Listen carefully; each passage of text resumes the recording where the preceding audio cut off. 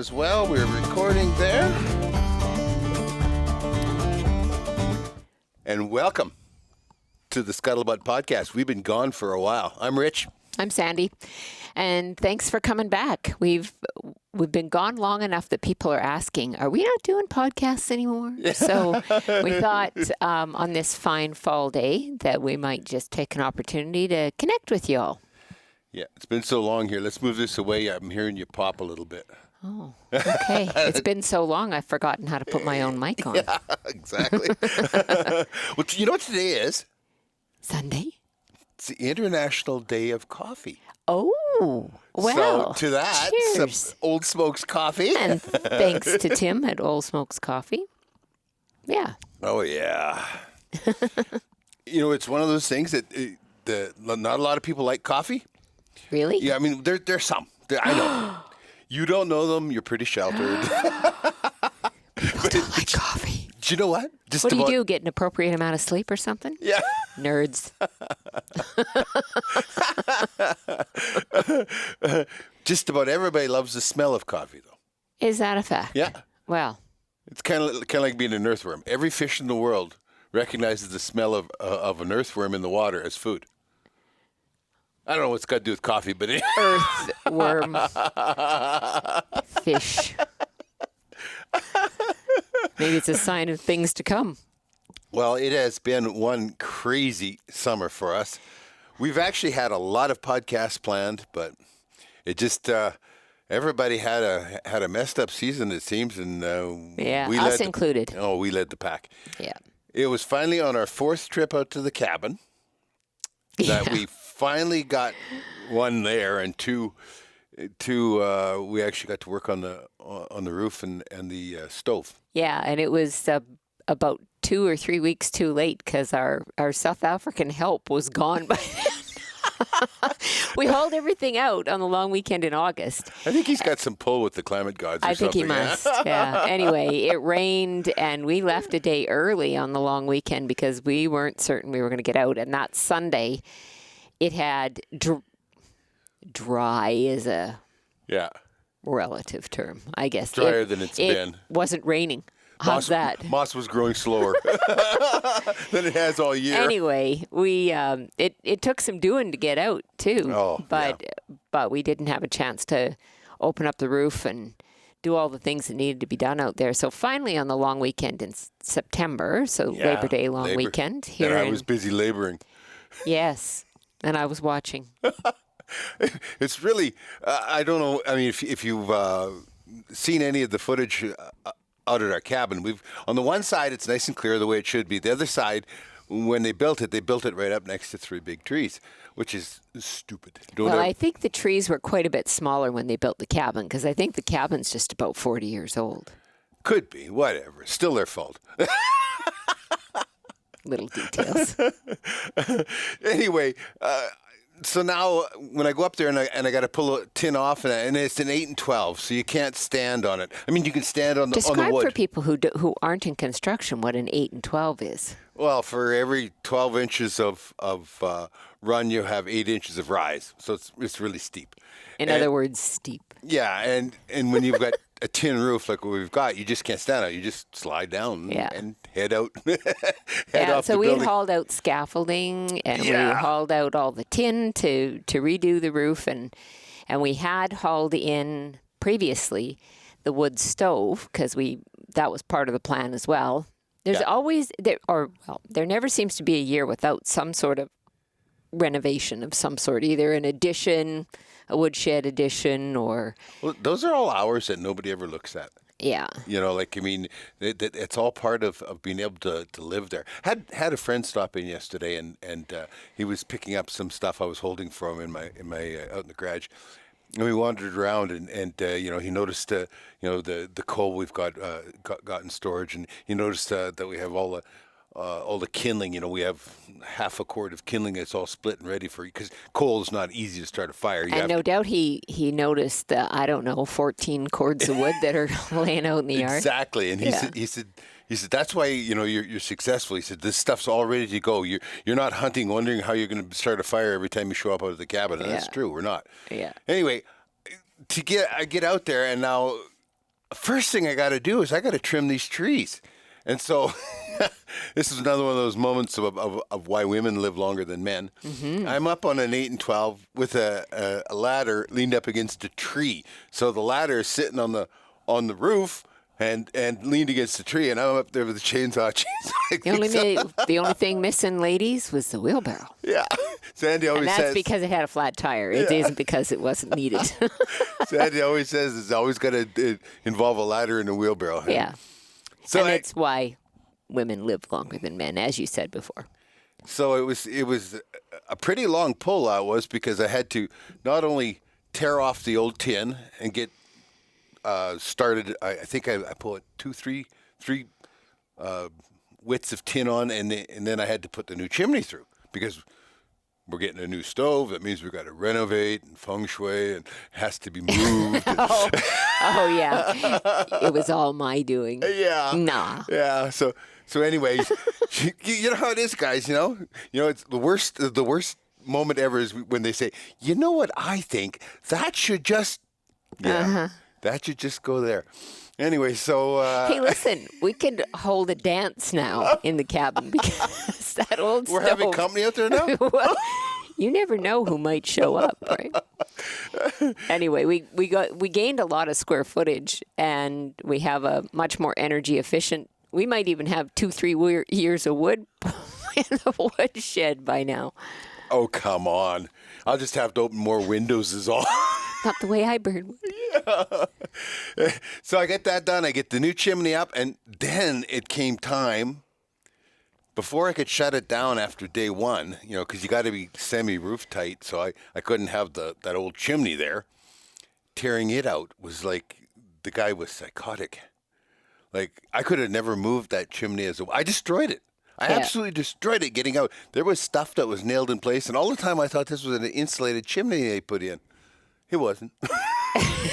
It was a scary chimney that was in We would not have slept as well if we had known what that chimney was about. Anyway, suffice to say we got it down, and we joke a lot about him up on the roof and I'm standing there directing traffic or whatever, but that's not really the case. I mean, there was a lot of stuff to do even down on the ground, and so that... Oh, Mister. Mister, you had better watch yourself. So I got that, and I got the one piece in, and I had a big overlap, and so no problem for the night. That was day one. There was only supposed to be a 3% chance of rain on that day, so that's like zero in this summer's weather and that. The next day, we march her to the end, get her done.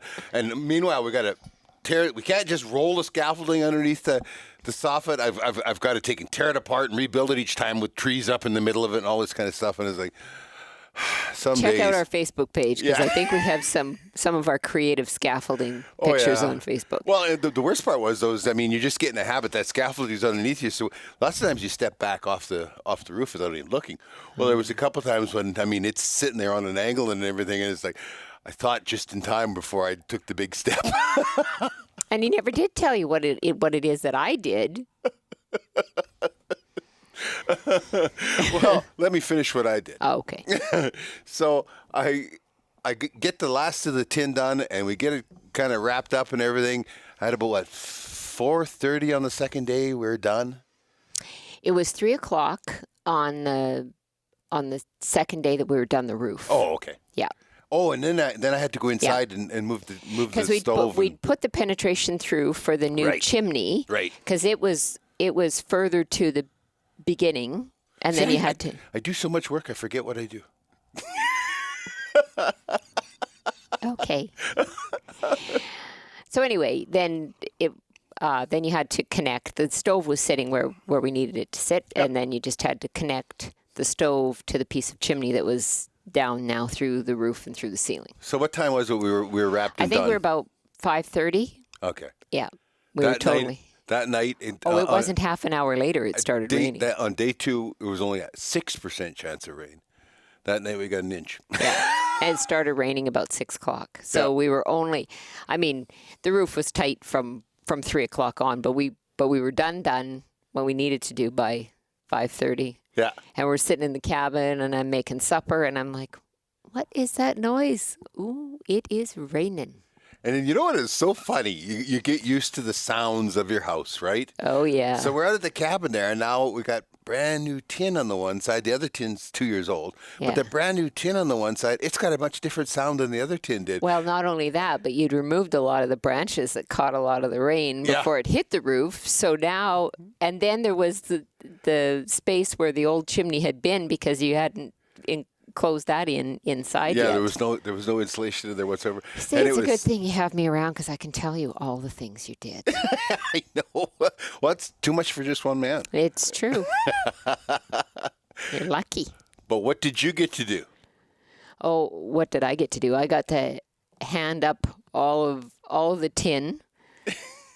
And then I got not that unimportant stuff. What did you do at the end of the day? Oh, I got to burn lots and lots of branches and just clean up around the yard. You got to start the first fire. Yes. Oh, yes. Yes, in the cabin, I got to start the first fire. Yeah. Yeah. Yeah. Yeah. So it's going to take a little bit of work to understand how it works. You know, the new stove and all that, but I think it's going to be pretty good. Yeah, there'll be some Madagascar hot kind of days. Hey, there already was. I already had to have a window open. Well, you see, that's why we installed new windows. How many years ago was that? I don't know. Yeah. It's in preparation for this, you see. I really like it. It's fall now, and we've been, we just had our first diamond cutter frost last night. Yeah, -6. -6 Celsius, so that's what... We're down to about 20 degrees Fahrenheit. Something like that. Yeah, somewhere in there. But so I've had to clean out the garden and everything. Everything's inside. But I really like, Sandy made beet pickles yesterday. Yep. Yeah, yesterday. They smell really good, but beet pickles, you know, they have that wonderful light, spicy smell. And that, but it's kind of like a baby. You know, the smell of a new baby. It's false advertising. You know, I didn't make them for you. That's good. I made them for me. That's good. So I did pickles yesterday, and then what else did I do yesterday? That was a big day, just doing all the pickles. And then today I made pumpkin muffins, and then a big pot of borscht. There was 5 here until you got here. Oh, I don't think so. Pumpkin muffins. I love that. Man. Yeah. I love that. And today's borscht, yeah. I love borscht too. He does like beets, just not in the form of pickles. I don't like him just boiled laying there looking at me. He does like either. beets, just not in the form of pickles and other boiled type vegetables. So anyway, we're just about October 1st is the start of coyote, wolf, fox, beaver, and muskrat. Right on. And the only one we're going to do anything about is muskrat, but that's going to be the middle of October. Hopefully the middle of October. Yeah, hopefully we don't have a lot of big, heavy frosts again, because that it makes life a lot more difficult. And some of the places, well, we shouldn't have any trouble with water depth this year. Good God, no. We were trying to figure out, we never did keep a log of how much rain we got here, but I think it's over 20 inches since the end of May. Pretty easy. Yeah. I know, and I think the least amount of rain was the month of June. Yeah. And we were gone. We were gone, but we come back after the month of June, and our rain gauge had 4 inches of rain in it. Yeah. And then there were weeks when we got 3 3/4 inches of rain. Yeah. 20 inches would be pretty easy. And then just Thursday, this last week, we got an inch. Yeah. They were forecasting a 1/4 inch, and we got an inch. I don't know whether we got the special dump right where we were or what it was. Well, you know the weatherman. It's the only guy that can keep his job and be wrong 60% of his time. But you know what? It's a lot better here than it is down south. Southern Alberta right now is some places down there have got 80 centimeters, which is over. It's pushing in on 3 feet of snow. Yeah. Down in Pincher Creek, where we used to live, and we still have some good friends who live down there, a friend of mine posted she was going to shovel the deck, but she ended up just being able to shovel a path for the dog to get out of the house. It's brutal. And up here, I don't know about down south, but up here, there is still a lot of crop in the field because it's been too wet for the big machinery to be out there. So today when I went to town, I didn't see a lot of combines moving. No, with that big frost last night, it would be till 2-3 in the afternoon with sunshine and wind and that. And we have some sunshine. We don't have a lot of wind. No. So it's pretty tough that way. But what we got to do to get ready for muskrat season, I got to boil and dip the traps again. Well, you built yesterday a couple long rows of shelving out in the cold storage area so that we can now find all of our muskrat floats. Oh my gosh. I tell you, your life is a little bit messed up when you go on a vacation for a month and it puts you a year behind. Except that it really wasn't as much. It was a vacation. Let's be honest. You go to South Africa, you don't call it work.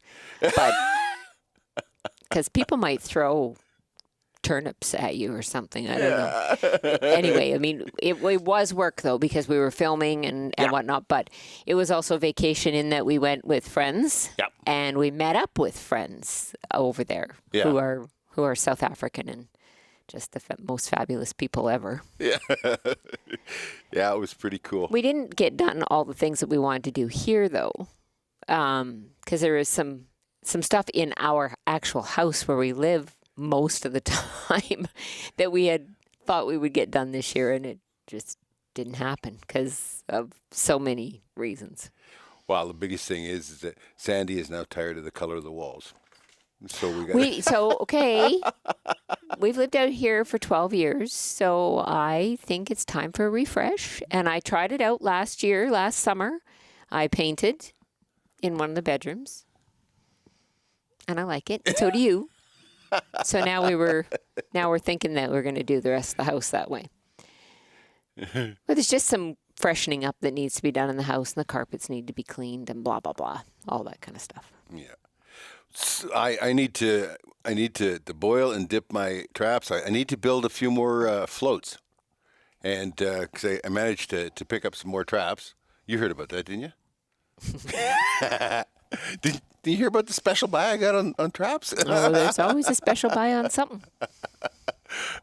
So I need some more floats. I've got lots of poles and hag clips for the foot or the coil springs. It's the long springs that I use on the floats that I need more floats for. So I'm going to be building. I think I'll do a video on how I make them. We get so many questions about making a float, and it's a simple way to go. And the nice thing about floats is when you've got high density in that. Yeah. I mean, you've got 2 at every station. Yeah. You've got 2 traps at every location. The biggest danger always is to maximize how much you get out of a sheet of plywood or whatever, right? Because I make the base out of plywood and I put foam underneath it. And anyway, I found that I make them a foot wide and 2 feet long, which is pretty substantial. But if you make them any smaller, then there's always a chance that when it gets into one trap, it can get into the second trap as well. Yeah. So if you have it big enough, they can fall off the side. And also when you have it that size, it still floats sort of level. It doesn't tilt right up. Correct. Yeah. When you've got one hanging down on the chain drowned. Yeah. So there is still a chance that you'd catch a second one even if you cut it first. Absolutely. Yeah. Actually, we've got a piece of footage that'll be on one of the shows this year, where we got 2 muskrats in the same foothold.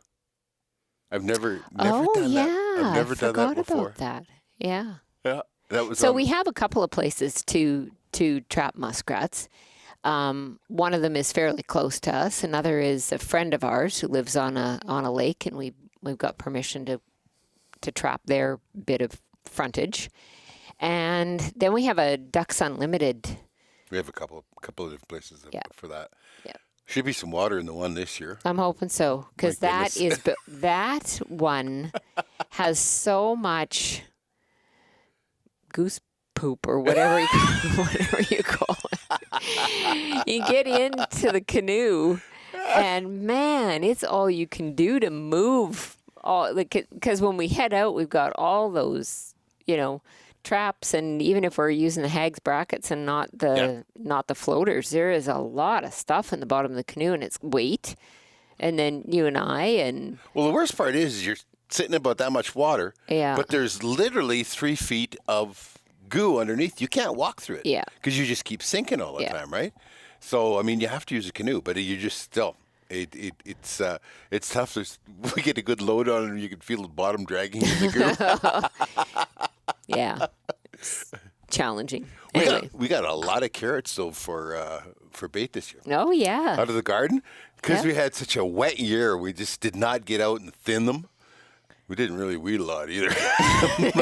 We didn't get out to thin them. There was that conversation about what was in this row. No kidding. Well, I actually thought at one point about putting snowshoes on to get out there to weed, and I thought, this is stupid. As much as I like weeding, I'm not doing that. But we got a whole bunch of carrots like the size and length of my finger. And they're just perfect for bait. Are they ever good eating, though? Yeah, they are. Yeah, I'll be hard on them this year in the canoe. I know it. But anyway, we'll get that up and going, and we don't need any fall beaver this year because I got lots of beaver left over. Yeah, I got lots of bait to get us going. And we must have done a really good job of promoting our beaver blanket, because even the lady where I get the mail is wanting to, she just doesn't want to wait until the show that has the beaver blanket on it. Couldn't she see a picture of it now? And I went, geez, I don't even have one. So I'll have to take a picture of the beaver blanket next time I stop for the mail. I can show her. Well, that's it'll be episode 13, is it? And it will be for folks in the U.S. that are watching us on Pursuit Channel in the U.S. It will be the last week of September, and that will be when is this like it's either already aired or it's going to be because the next quarter starts on the weekend. Next weekend. So it'll be airing this coming week here. When it's going to air. And in Canada, it will be the fourth week of October is when it'll air. Okay. Which is, by the way, another thing we got to announce. We're changing times in Pursuit in the United States. We're going to be actually going to 2 airings a week there. Excellent. We've been doing very well. We've been doing very well on the single airing that we've got. The only problem we got, it's at 6:30 on a Saturday afternoon, and this is something that was just totally foreign to me because when our numbers have been doing this, right? Yeah.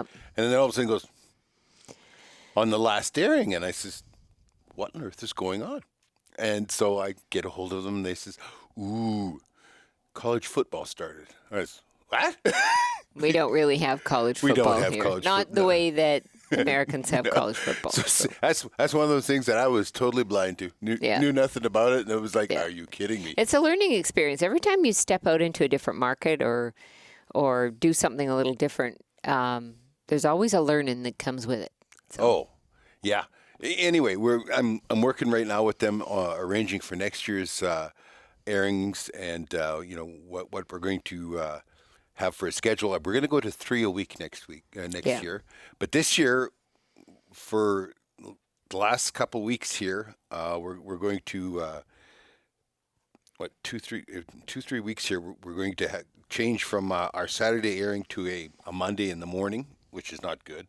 But then we're going to pick up a 11:30 Eastern Standard Time on Monday or Tuesday night as well. Watch the website. Once we get it all finalized, the ink gets on the contract. We'll have it up and let you know. And we'll post on Facebook too. Yeah.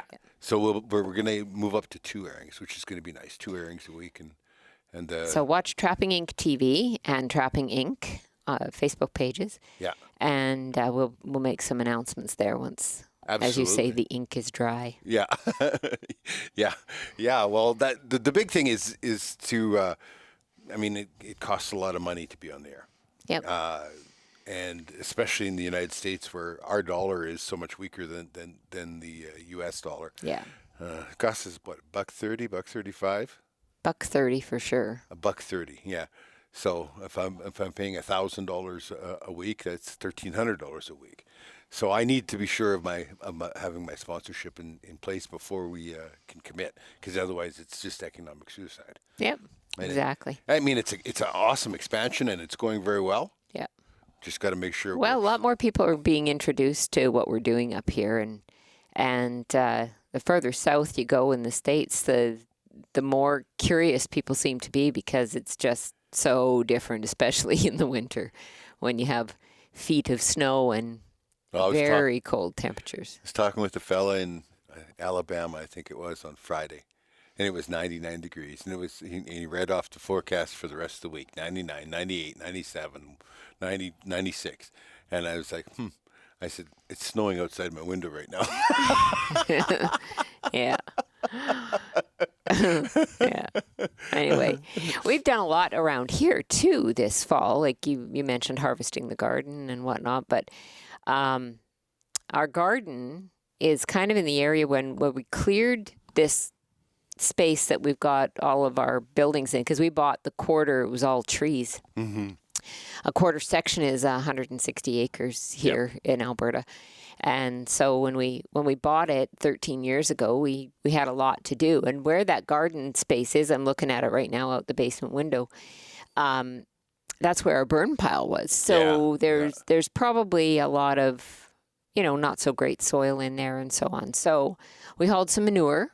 And then we have a couple of places where we've got peat moss on the property. So, well, the one place there's a pile that's there, and it's been there for quite a while, years and years and years, and it's very dry. But it's on the far side of the quarter section, so it's a half mile away here. So I got my hands on a dump trailer, and I made a sketchy little road down an old cot line, and I had to go around a couple of holes, so I could take and drag that trailer with the truck. And I get over there, and I got 5 loads out of there. Yeah. 5 loads. And the dump trailer, I mean, it's probably hauling 7 yards, something like that. And it may, or at least that by the time I'm done loading it up, because I don't have to get out on the road with it. I heaped her. I mean, I was everything I could. And I got it back, and it was about the time that I was getting the 5th load that the road went to heck, and I drug the axles right through one of the holes, and I was like, wow, that's it for that.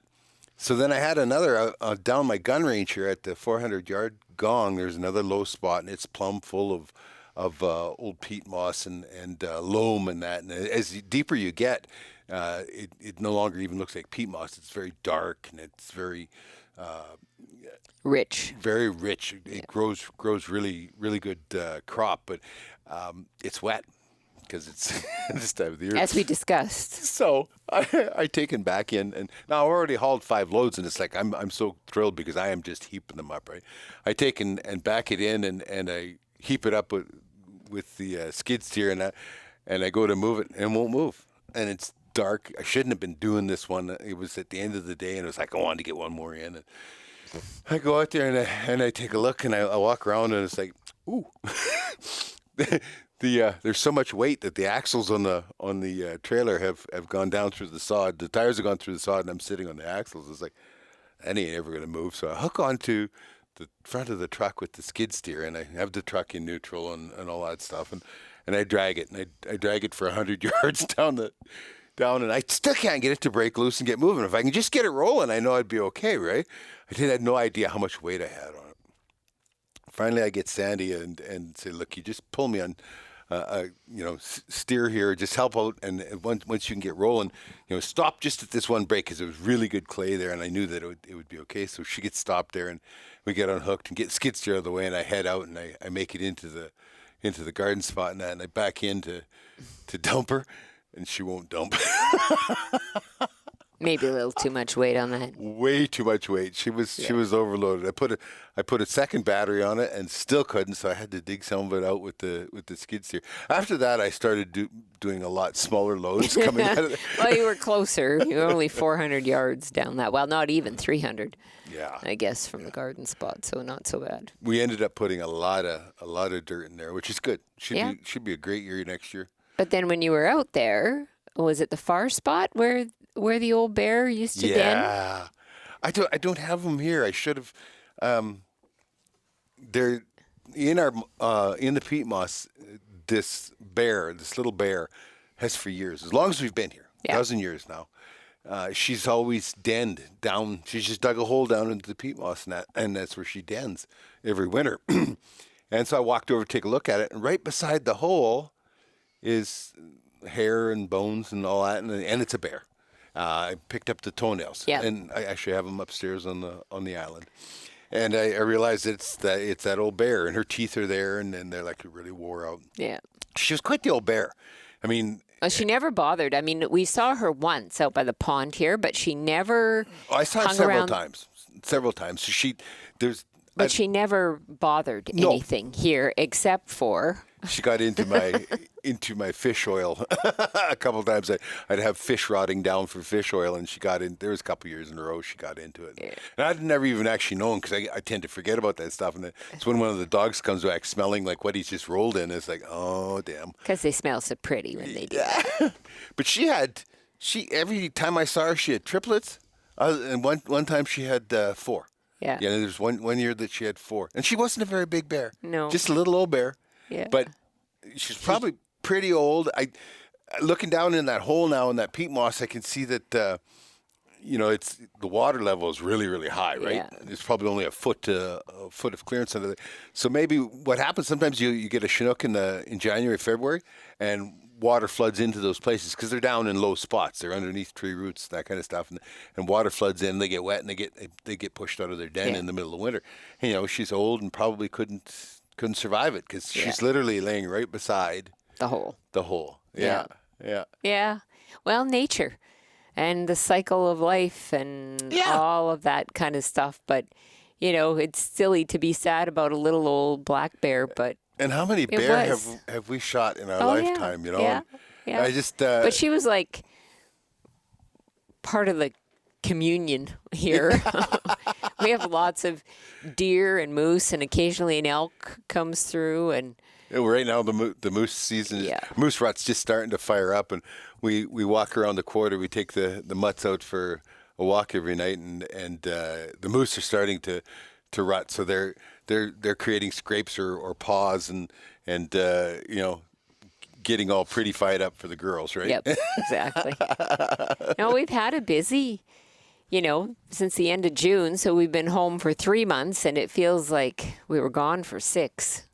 Well, we were supposed to have a bunch of different podcasts. I had them all lined up, but everybody had a year where it happened, and hopefully we can get back on a schedule now. Yeah. And I guess maybe I'll have to start doing some of them remotely. I don't like to. I like to have people there in person. Well, it's a lot more fun to bounce off of an individual in front of you. But and now a lot of our friends that we would want here are also busy hunting or getting ready for trapping season or Which reminds me, I got to get a hold of Ryan. Ryan Demchinsky. Are we going skunk trapping? Oh. And you need to send me some essence. 3 years ago, we went with Ryan and his daughters skunk trapping around where he is in southern Saskatchewan, and it was a week before our youngest son got married. And I was afraid that it was going to go wrong. It didn't, but I was afraid it was going to. Well, I need to make lure. I need to make my Marten Lures. Yeah. Yeah.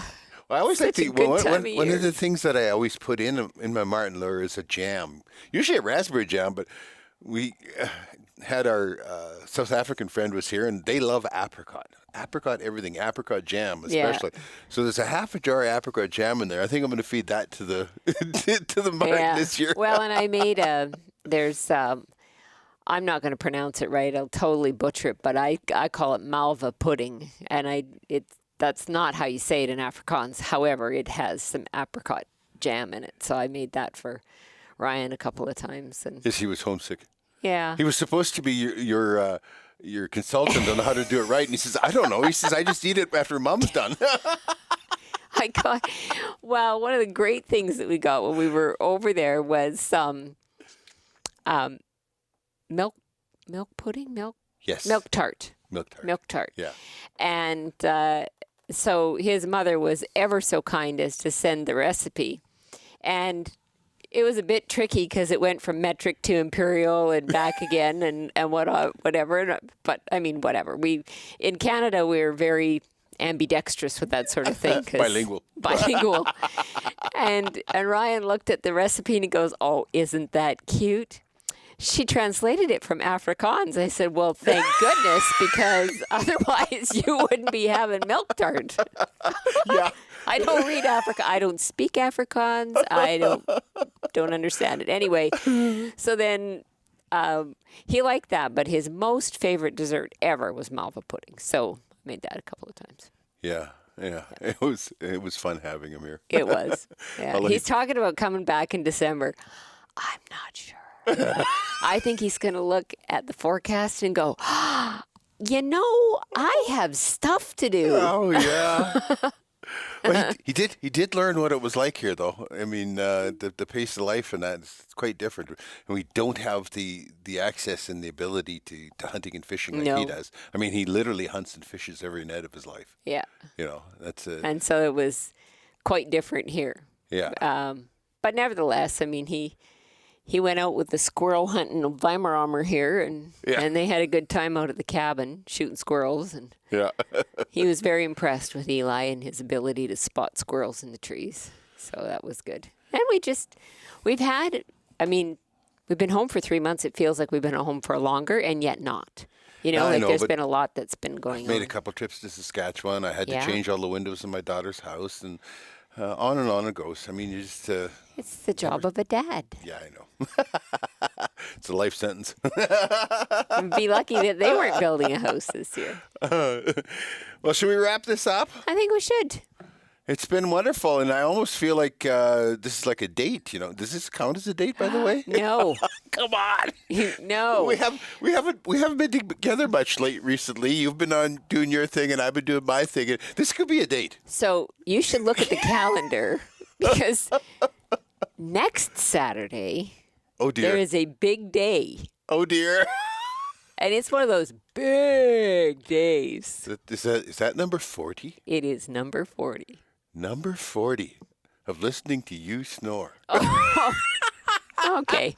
There was a romantic moment that could have happened there, but I don't think it's going